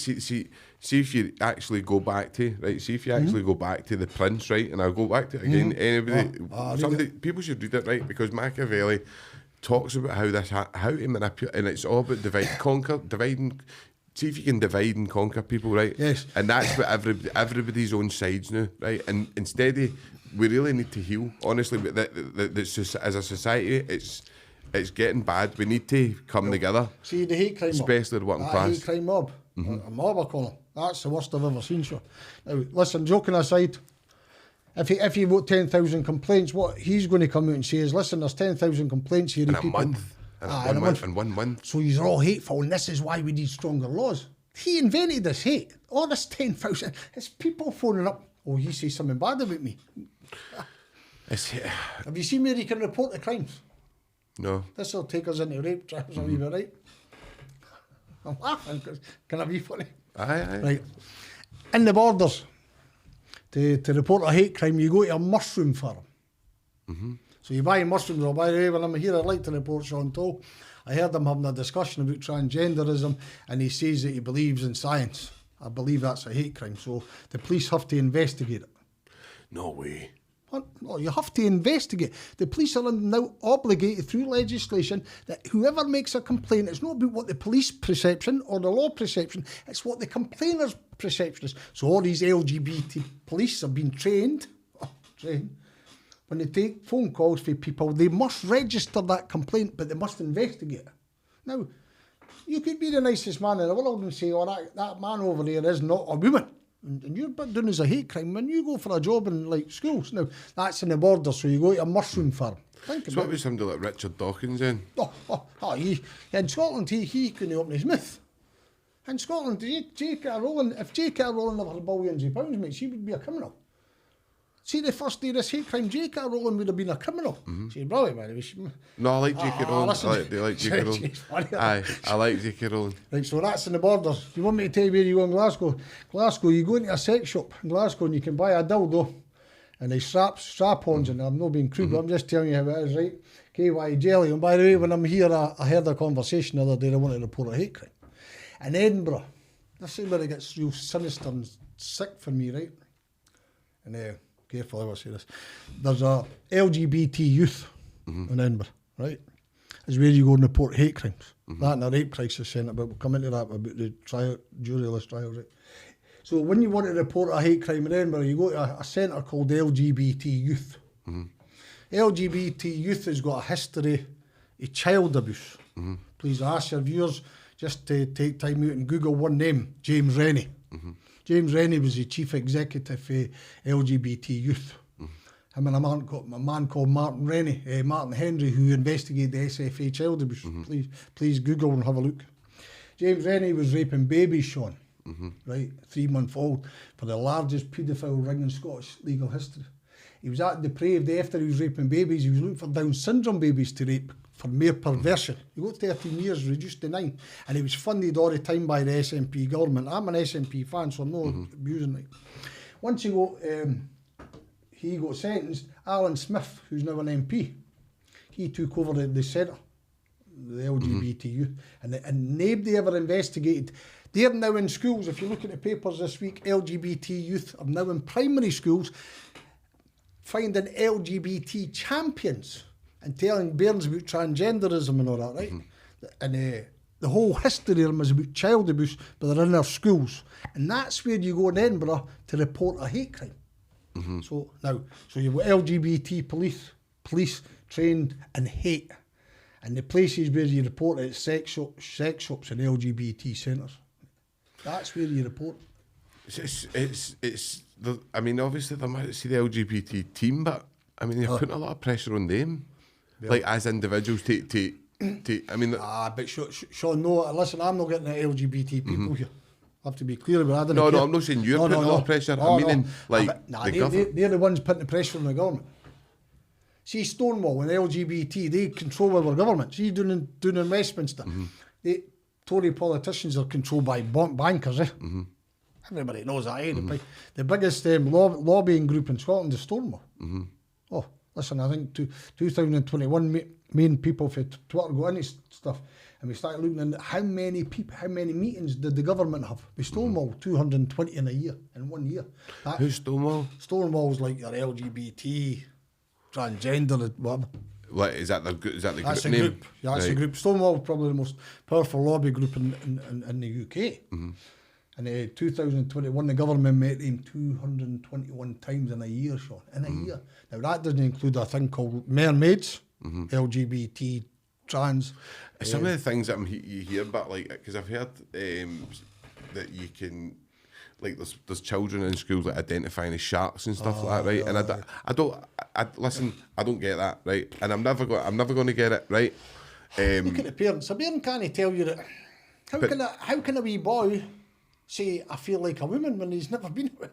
Do you get me? Aye. I find the whole thing. I think like coming for known, there's definitely cases of wee boys who are in the wrong body. Aye. Nah, never. No, the human beings in the born wrong. That's I think there is. No, I disagree with you, Scott. I think you can get. Well, look at animals. You get gay animals and stuff. All right, we're going to... No, gay animals, right? Two things. Transgender isn't about gay, it's about stamping out homosexuality. If you're a wee boy... When I grew up, there were some wee boys that like playing with dolls, And they maybe turned out homosexual, gay. That's what I'm saying. Right? So I've not got a problem with it. Aye. I walk there and see that wee boy that's playing with dolls. Aye. And he's feminine. Or they say, nah, you know, son, you're not a gay guy. You're a transgender. You should have been born a woman. You're born in the wrong body. There's no human body person, in my opinion, born in the wrong body. And if they got to be, I know what you mean. I get it. I get what you're saying. I get what. I mean, remember obviously, to be tomboy at school. Sorry, I get it. And I've and I've got friends who I knew, like probably looking back, I knew who were gay like at school, and I know who, but. What about a tomboy girl at school, sure? And she's not even a lesbian, she's just a tomboy. She played football with you, and then she's tomboyish. They're now telling AB lasses that they're men. Oh, you're not really a woman, they're giving you drugs or fuck. Have you seen what they're putting? They're putting things in wee lasses' breasts to keep the breasts flat and all that. Can't no fucking penis eating that, Sean. You can't be born in the wrong body. You can be homosexual. Listen, everybody, I don't care who you sleep with. As long as there's no beards. I would definitely stick up for transgender if they want to change their body, if they want to do that. Totally. But what it's the age, right? The age. If you're a woman. That's a big argument. The women are against it. Well, I get it's because I actually had we had a lassie on not long ago, and she was talking about like the trans people being in the prisons with the girls, right? And it's that's shocking. I don't agree with that, because again, you wouldn't get a woman going into a guy's jail. It just wouldn't happen. What happens when your missus is in the toilet, right? Your wee daughter and your missus is in the toilet, and a guy looking like me, dressed like me, walks in a woman's toilet. You're not allowed to stop that man.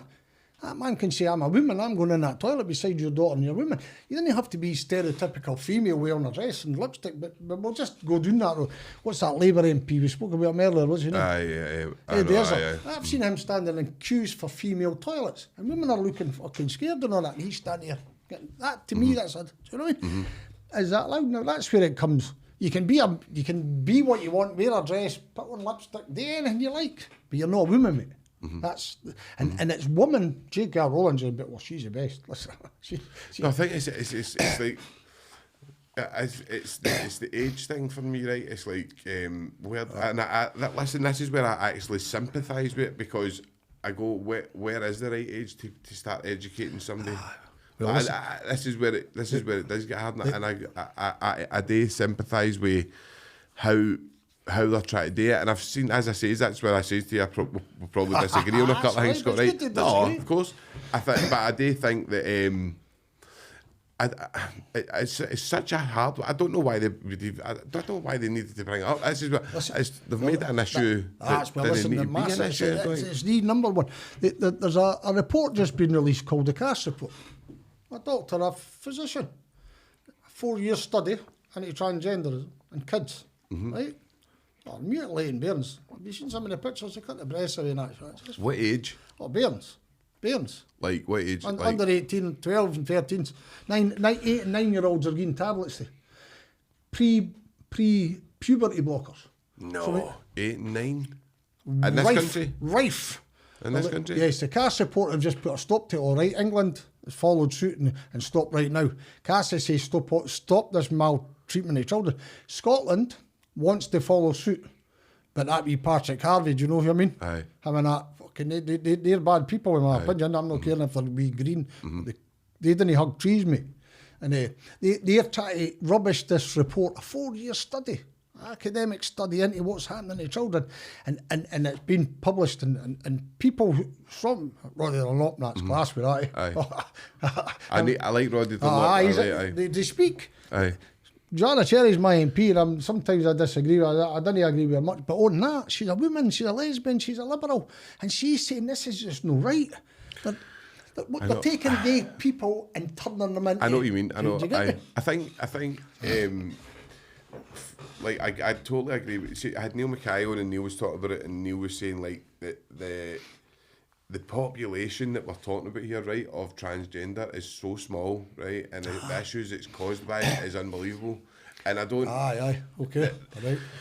There's a lot of hatred, towards that group. There is, right, but I don't. Listen, I don't know enough about it. So this is why we're here, right, to talk, because I know you know a lot about it. I don't, but The be all and end all. I mean, that's young. That getting children. That's young. That's no. I wouldn't agree with that. Puberty blockers. See a man, me personally. See if a man tells me he's wanting to keep a bairn pre-puberty, that man's dodgy. So what would happen if like I said, I don't want my wee boy taking that? Oh, am I allowed to do that? Oh, what they're doing now, Sean, the teachers, again, I don't want LGBT teachers going to primary schools and the rainbow flags are flying. Why? They teach I don't mind the rainbow flags. well, I think it's a flag of oppression, but that's a different subject. In primary schools now, teachers will keep a secret for you about your children. Is that right? Come on, you've got I'm sure you love the children. What happens when you're bearing 6-year-old and she's at primary school or your wee boy? What do you mean keep a secret? Well, the teacher will not tell you that they're transgendered. I know. No, somebody told me that the teacher is. So this lassie identified as a shark, right? She was at high school right enough, but she would identify as a shark, but she wasn't allowed to identify as a shark when her mum and dad were there. Aye, 100%. Which I thought was wrong, right? But keeping secrets for your parents, mate, is the first I know. red flag. I know. I think. See, this is where I know people who would have benefited. I've got family who would have benefited from maybe when they went to high school being taught about being gay and stuff definitely like listen. Do you know what I mean? mean? No primary school, Sean, eh? No. It's too young. And to tell a bairn, to me, I think it's too young. You're born in the wrong body, Sean. You can't be born in. Do you know what that's like? The Immaculate Conception years were born, a baby's born with sin, and people argued against that. How can a baby be born with sin because the sins of the father and all that? Right? Is there not been tests, but like I'm not. Don't know. Is there not been tests with blood and there's more estrogen and all that? X and Y chromosome end off. See if you want to go down the scientific route. X and Y chromosome finished. That's a man, a woman, right? And there is exceptions to the rule. There's names for it. Hermaphrodite. Very similar, but. Hermaphrodites, I better get this right on the trousers. You can have an X, XY, and a double XY chromosome. Still a man, but you've got more female in you, and do you know all that stuff? But a woman's So what would you say then if you could prove that? Do you think people should get listen, I've got no problem. I've got no problem with somebody dressing as a woman. No, I know. That's no, what I know you. I know, Scott. I know you're not a hateful person. I know that. But I wouldn't have you on here if I thought that. But I know you know about the law, and this is where this debate, because I have seen some of the tweets that you and I agree with a lot of it, and then I see something I go, I don't know if I. Sean, but can I tell you about Twitter? Aye. Sometimes I do just to... of course. See, some days, I've got a lot of Rangers fans following me. I don't know why, right? And you're a unionist and that. And then I put James Connolly and you lose 50 followers. Aye. But you've lost the 50. I've still got unionists following me, that, right? But they're decent unionists. But do you think we're losing the essence of a joke and stuff? Like the essence definitely. Because when I go into Twitter and I'm like, fucking hell, it's like, really, it's toxic. TikTok's similar. I don't think Instagram and Facebook, I never used any of it till I started the podcast and stuff. Instagram and Facebook, you don't really get anything. TikTok and Twitter are toxic.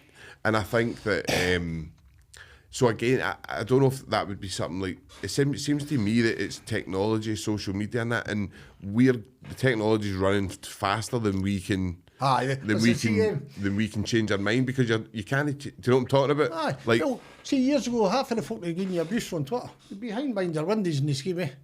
And or they wouldn't have you didn't have it. You didn't have a phone, so you didn't have these debates. It's opening up.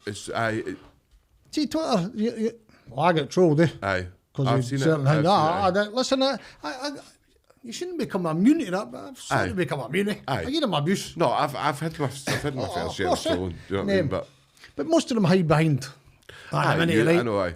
J.K. Rowling's the worst of it. Genuinely, I've never seen anybody ever take abuse ever. How can they get away with that? You think, what? Andrew Tate, who I dislike, he takes a lot of abuse.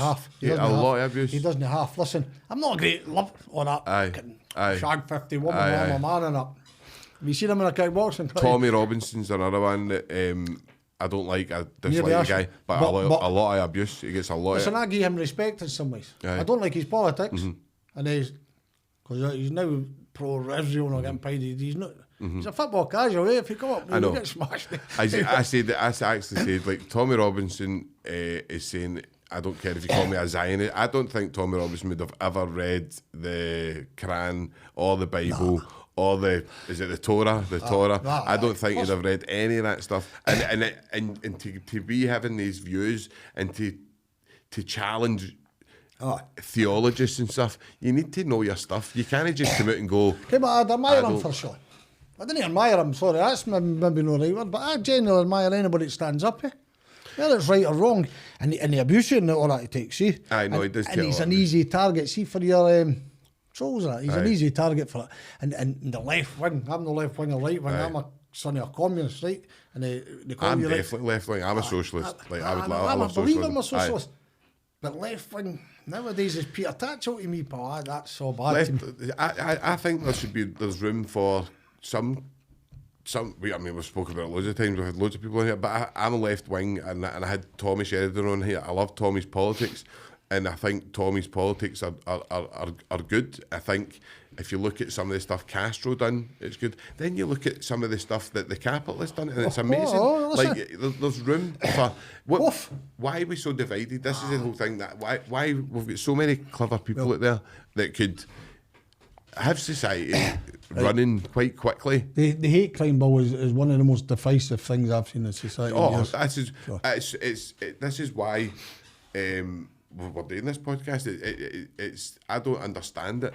I don't know what use it is.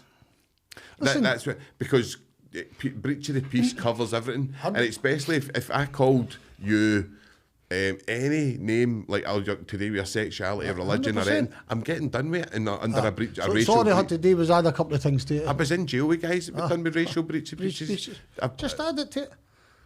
The legislation, but they added it. Listen, the whole purpose of the hate crime legislation is for transgenderism.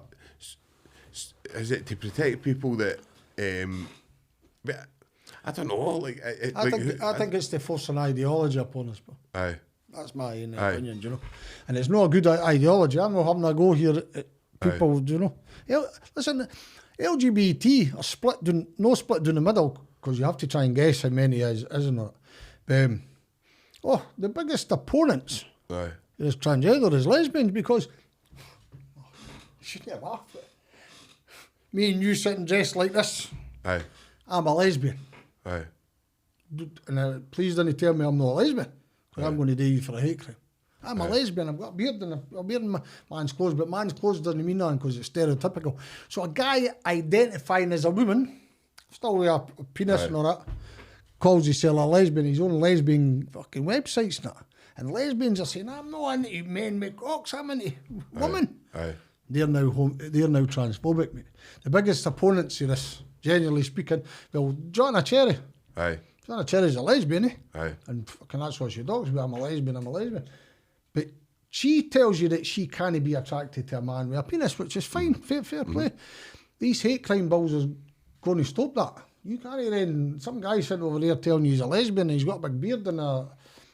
So what if I just say because Dave Chappelle said this. Dave Chappelle said this years ago when he was talking about I want to just identify as Chinese, and he was making a joke at it, right? But it's really funny. It's actually a really funny clip. But he was saying that years ago about I want to, because I think Dave Chappelle's obviously a big opponent of the LGBT thing. I think, whereas. I don't know enough about it, right? I'm going to be truthful. I don't know enough about it, right? But I didn't know that with kids. That's quite alarming. Primary school, sir. I think that's quite alarming, giving kids medication at that age for stuff. Breast binders. Aye, that's no good. Listen, all the. But I think when you go, what would you do then, Scott? Right, I'll just play devil's advocate. Right, what would you do? The wee guy that thinks he's in the wrong body, right? He's in the wrong body. Hits high school. What would you do with him? Listen, he's maybe gay. He's maybe homosexual. Maybe he's attracted to males. But you know how hard. I would tell him he's a beautiful person and he can't be born in the wrong body, Sean. A human being can't be born in the wrong body. So, but you know how hard that would have been for anybody to come out of school to say they're gay.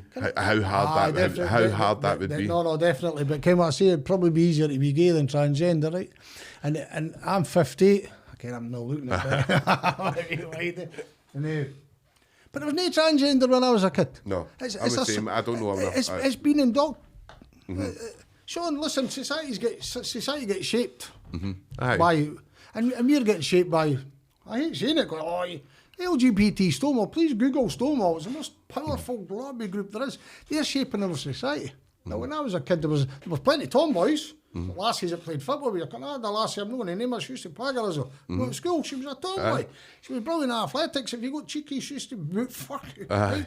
I know. Nowadays, they would tell her that she's not she's turned into a lesbian. Would you not be allowed to call somebody a tomboy now? Oh no, you're not a tomboy. You're born in the wrong body. So a woman that's a tomboy is now should have been born a man instead of a woman. That's disrespectful to that person. That Is there definitely no? I'm sure there's tests been done where no. people have got more estrogen in their blood and all that. You can. Well, listen, if you got a dangerous man, right, it's a wee bit mentally ill, and you get a master and what you're getting a mentally ill man full of steroids, and become aggressive. Listen, please look into the rate of transgenderism and aggression, rapes and murders and all. It's quite scary. The one in Scotland's a guy called Andrew Bryson, is it? Oh, no, Bryson.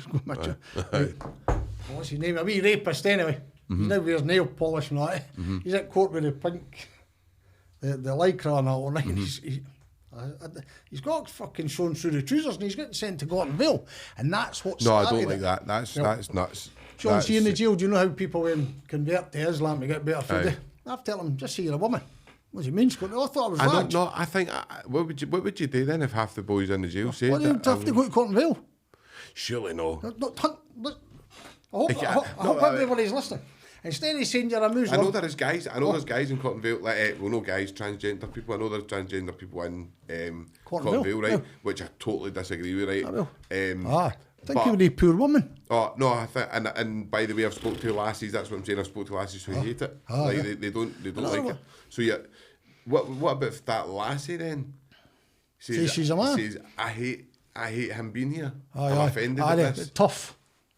Nicola Sturgeon come out and told all the women in Scotland that objected it was invalid. Because how bigots. How do you conceptualise hate? Yeah, if it's what you feel. See 1984. Aye. He told you that the party. Orwell, we talked about. Orwell tells you the party shall tell you to deny the evidence. In other words, become a liar. So somebody walks in here now and they're fucking built like me and you, and they've got a penis in the same. But my name's April, and I'm a female. I'm a lesbian. If you didn't say he's a lesbian and a female, you're charged with a hate crime, mate. Now, it's going to get worse because the stats are going to show, look how much hate's in Scotland, because stats show that how many people have phoned up and complained. So then they can bring in stronger laws to protect it. What they're trying to do, Sean, is generally just tell you that you have to do as you have to think what they're telling you to think. And it's, listen, I've been in Thailand and Singapore. Ladyboys walking in and out of women's toilets, not right? And it's more acceptable. So here we call it progress. Progress, what? You're going to be doing it for 50 years or something. But they're still ladyboys. In Thailand, is there anything like that, hate crimes or anything? Nah. On you go, Scott, talk, because I'm going to have a wee look. See, in Thailand, I was quite shocked at ladyboys just walking out of women's toilets. So this is what it says here as well, right? So, initial statistics, in the first week after the law's implementation, Police Scotland received over 7,000 hate complaints right in the first week. Only 3% of these complaints were found to be actual crimes, right? Under the Hate Crime and Public Order Scotland Act, penalties for hate crimes vary based on severity of the offence. This is a key point. If a crime is motivated by prejudice or hatred based on a protected characteristic, such as race, religion, sexual orientation, it's considered an aggravated offence. Aggravated offence can result in high penalties. The penalties for it are convictions, less serious offences, maximum penalty of 12 months, less this, imprisonment, and there's fine. For indictable convictions, you can get 7 years. For thoughts, son. 7 years. What happens if it's no a crime and it's called a hate crime incident? There's no crime being committed, but it's a hate crime incident and it's logged in the police file. What I don't agree with, right, is that people play devil's advocate against Scott, right? Because say you're on Twitter, right, and you've got a good following, right, and your following is predominantly what you believe, right, and you go, right, let's all fucking go to George Square, and you know the type of people that's following you, right? Incitement. Aye.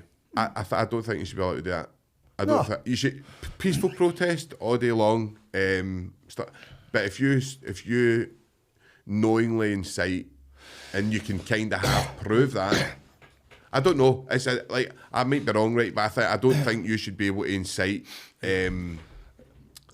See, just because I took an interest in this, purely an interest, and I've done freedom of information to couples now, they're no liking me, I can assure you. Hate crime. Listen, I went to a couple of demonstrations just to be pure nosy. Pure nosy. You're at Holyrood, all these women gathered for women's rights, waving suffragette colours. Most of them, 90% of them, were middle-class women. They couldn't say boo to a goose, right? And they're mind their own business and they're dressed up as suffragettes and all these trans guys turn up. Most of them, university kids. And you can, if you go to uni, the ones that aren't the brightest and they fucking look like they need a wash, right? Hundreds of them inciting, pointing at women, screaming them, and the police stand and watch.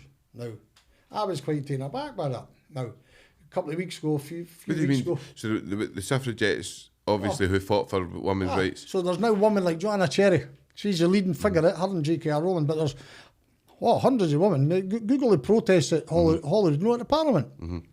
And maybe 400 or 500 women turn up.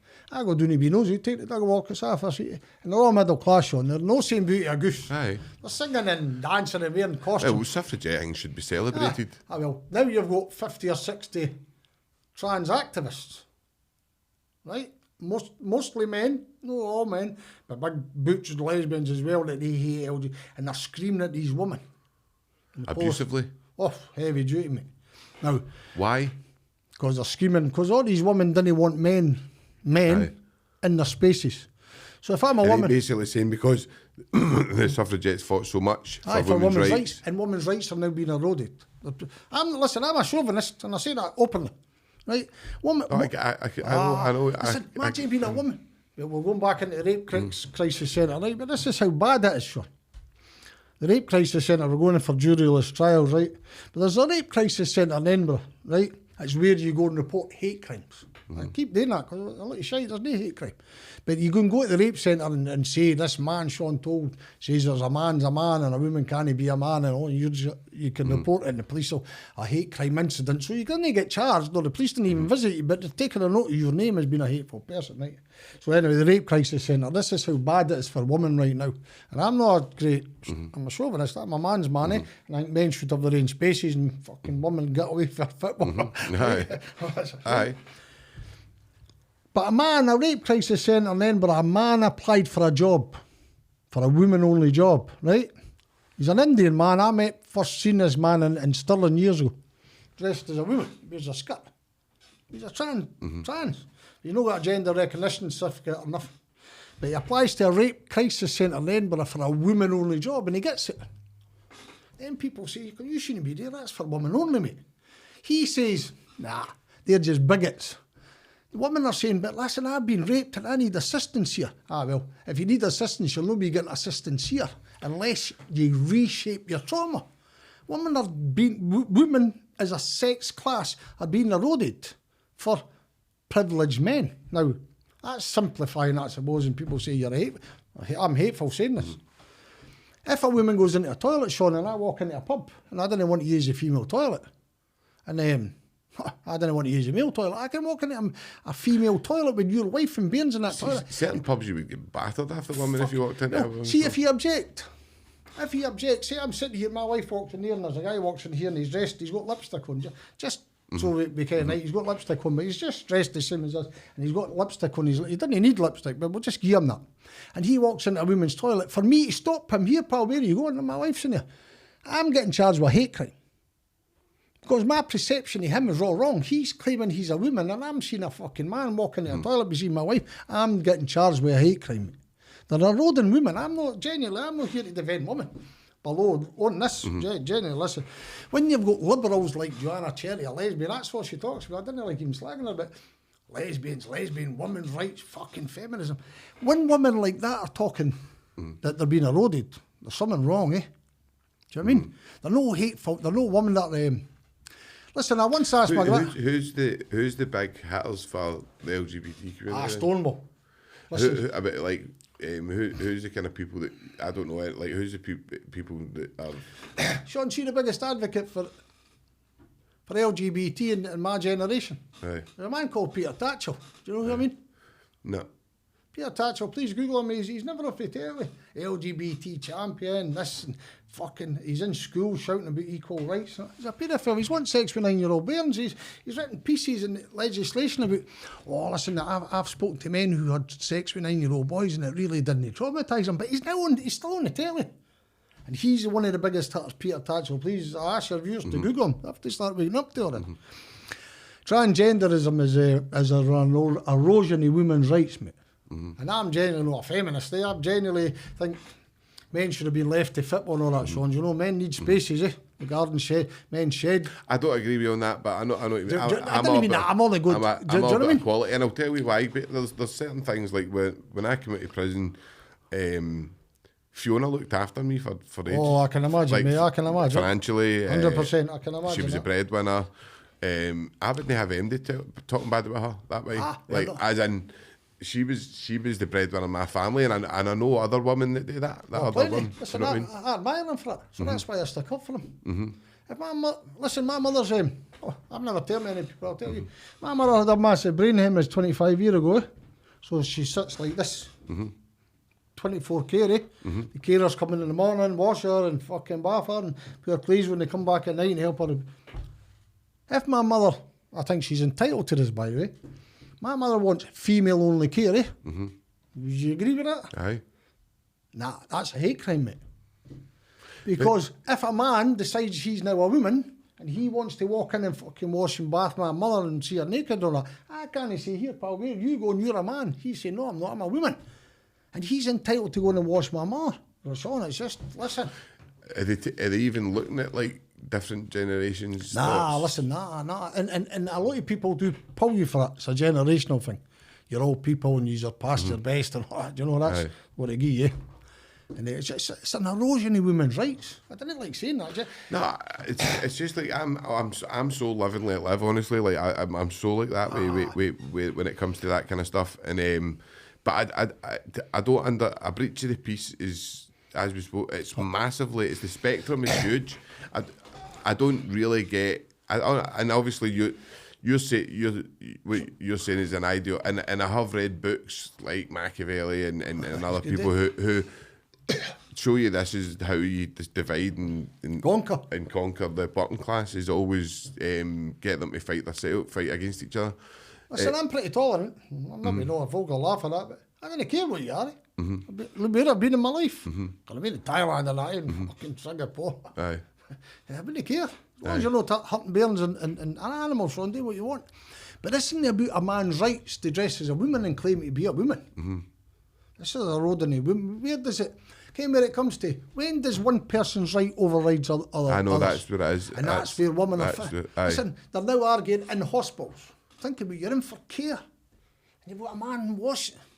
We'll go back to that rape crisis centre. I know. A man, by the way, is a man. Some women would be really traumatised with that. Massively this man at the rape crisis centre in Edinburgh, he tells you away and reframe your trauma. What does that even mean? You're not getting services in here because you're being raped. You're a rape victim, but we're not going to help you because you're a bigot. Because they didn't want... Some women have had terrible experiences with men. And by the way, he's a man. Listen, please Google him, the rape crisis centre. He's an Indian heritage, right? I once read him one time. He gets off for listening to women talking about being raped. He's a man. It doesn't matter. He's got a dress on. And at the time, he never had a gender recognition certificate, but he applies for a women's job and he gets it. Now, Rape Crisis Centre is a place that's funded massively, millions every year for the Scottish Government. They're political. There should be somebody there to look after rape victims. Well, listen, as long as you agree with transgenderism. Is that That's bang on, mate. No, I'm no, listen, I can't have got strong views, but no, that's God's honest truth. The Rape Crisis Centre in Edinburgh, by the way, £1 million every year for the Scottish Government, right? Her name could Julie Bindley. Oh, she's now telling top QCs in Scotland about the law. She's thick as mince. I'm just going to say that. She's one of the middle class feminist hatery men. She's a man hater, misandrist. She's very close to Sturgeon and that, right? And she's wanting to bring in juryless trials. Now, I know we've not got long, right? So we'll go into juryless trials for this, right? So obviously. Right, on you go, Scott. Just what's your kind of interpretation of the juryless trial? I think it's bordering on fascism, mate. it's the worst thing they've ever done. Listen, a jury, Sean, is the only thing that gives us a chance of justice. So I kind of googled this, right, and this is the pros, right. Efficiency. Juryless trials tend to be faster as judges are well versed in legal matters and can streamline proceedings, right. Aye. Reduced costs, eliminating juries, save resources, including juror compensation. Right. Expertise. Judges have legal expertise and can better assess complex evidence. Right. Minimised bias. Juries can be influenced by emotions or media coverage, whereas judges aim for impartiality, right? No, I totally don't agree with that, right? The cons are lack of diversity. Juries represent a cross-section of society, ensuring diverse perspectives. Removing them may reduce the diversity. Public perception. Some people trust juries more than judges. Juryless trials could affect public confidence. Transparency, which is I always talk about, is the big one. Transparency. Jury decisions are transparent, while judge-only verdicts may lack transparency. And risk of bias. Judges can also be biased, and transparency is crucial. Imagine going, come on, me and you know the judges. Would you want to be In front of Callaway. or what's her name? Listen. But then that works both ways. You could get Maggie Scott. Oh, 100%. But I mean, do you know what I mean? Like, I'm not. That's where it's wrong, because you could get Maggie Scott, who is. So you're not getting a balanced justice, are you? Well, the whole point of a jury system was. Well, what how see, a lot of cases go to the appeal court and they say, "Oh, we can't argue with a jury." So what happens to the cases then? Well, see, this juryless trials are only for one reason, you know, rape. Aye. Right now for rape. Aye. I've never seen ever on any subject lawyers, solicitors, QCs all so united against this. Aye. Everybody. Has there ever been a juryless trial for any other crime? No, they're going to try and do pilots. Right. Pilot scheme soon. But all the lawyers have said is none of them will participate. So what they're now... I did see that. I seen a lot of... And what they're doing, Sean, legal age getting cut. So who is it that's pushing this? Is it Callaway and that is pushing it? No, it's Nicola Sturgeon. Nicola Sturgeon pushing it? Listen, her name just escapes out of my head. Alex Salmon's trial judge.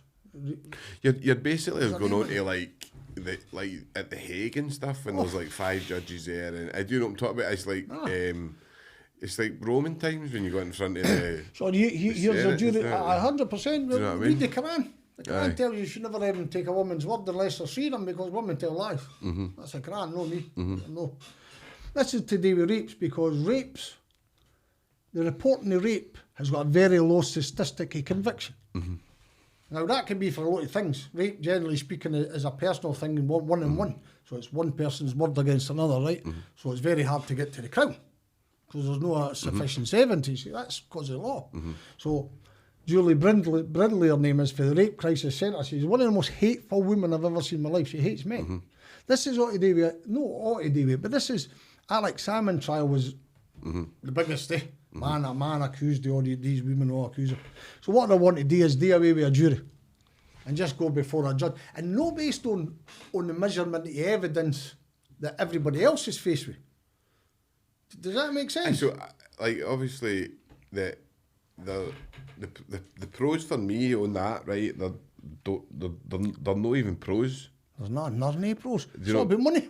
It's like efficiency and stuff. That's no good enough. They want a higher percentage of conviction, so they're not caring about justice. What they're saying is, we want more men convicted of rape. See, when you read into it, Sean. I know. Obviously, this is what I've always said. Even any trial, doesn't matter whether it's rape. Any trial, right, should be on its own merits. 100%. If you get found not guilty or guilty, it shouldn't be statistics. You shouldn't be held accountable. Oh, I've got a 99% success rate. Why? Because that means you. It's either you should guilty or you no. And this comes down to what you were talking about earlier with QCs and cases and their characters. Some cases are fucking brilliant. Like anybody listening to them is like some people they're amazing. The charisma they've got. Paul McBride was one of them. The guy was phenomenal. Derek Ogg was another one, and two guys were against me, but they were absolutely brilliant at what they'd done. And that's scary that you could have somebody like that. Imagine going into a court of law and you're charged with raping a woman, and you swear blind that you're innocent. and you're sitting before, her name's going to come to me. Well, imagine you were sitting in there, right, and you go for a juryless trial, right, and Paul McBride's prosecuting you, right? I mean, he tells the judges what's happening. 100%, and the judge is his judge, pal, aye. and the judge doesn't like the accused, so Aye. you're getting done for rape. Aye, and the judge, like, in my trial was going, Paul, what is that? And he was telling the judge, he was going, like, so if you've got somebody like that prosecuting you, what chance do you stand? No, listen, we're going to, me personally, hate crime bill is going to get balled, binned, Hamza Yusuf, binned, right? Same as, do you remember the bad behaviour at Fetty Act? Remember that got shelved and all. Aye. And I think the juryless trial is going to get scrapped. I'll tell you why, too much pressure. People like, listen, I didn't like Roddy Dunlop, Thomas Ross. No, Thomas Ross is the best. Anybody want to follow about rape trial? Are they saying that they won't take part in this, Scott? No, they're saying, no, this is anti-justice. Just reading the prose. It costs less. It's faster. Who gives a fuck if it's faster or if it's cheaper? This is justice. This is people's lives on the line. I know.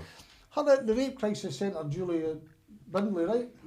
I'll give you two quick examples of, right? Alex Hammond, people thought, so we'll just forget his politics. He gets accused, wait till you read I've got his charge sheet here, touching somebody's hair in a lift. He touched a woman's knee in a taxi, but her husband was sitting there, but he never seen it, right? 9 charges, 2 are serious and the rest are just a joke show. But nevertheless, he's in the High Court, eh? Now, if he never had a jury, the judge's name, he was getting to jail. Now, 2 serious charges, 2 attempted rape. The rest of it is nonsense. No, right? Still getting 10 years back. 100%, right? One of them wasn't even in the room. She claims that Alex Hammond got drunk in Butte House. And there's witnesses at a party. Butte House, you can't get in and out unless you sign it. It's all cameraed up. It's government buildings where the First Minister's like. She wasn't even in the building, mate. Right? I can't name her, you get done for contempt of court. She's married to a serious politician. She admitted that she wanted to have sex with Alex Hammond to become an MSP, and we see, I can't do that, I've already nominated somebody else. Say, he raped me. Now, I'm not saying Alex Hammond's a good man or he never done anything, but he's been found not guilty, Sean. Not guilty. One charge was not proven. And he admitted it, that the two of them had a... No, if you get found not guilty, then that's it. It's not... he's still smeared. And see, your Scottish justice system... So what about the hate for him then? Oh, listen, just because he's a man, you can do what you want to a man. So does he know... Could he not turn around and go, I want, like, the hate or whatever? Right.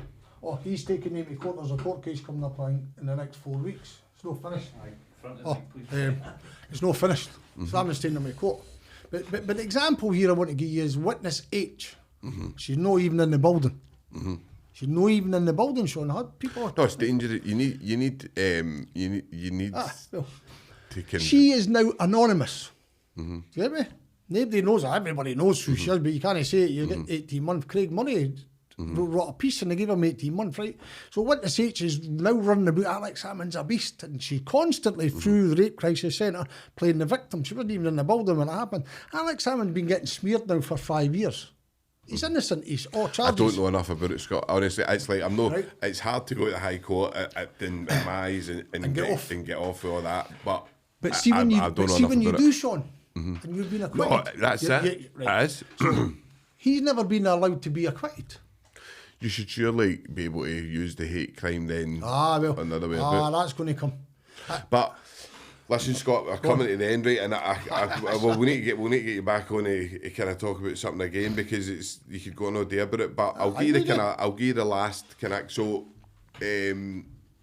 obviously we disagree on different things, but I'll give you the last kind of. So, conceptualise what you think of the hate crime bill and the juryless trials. I think the hate crime bill will get scrapped. I think it's just a joke show.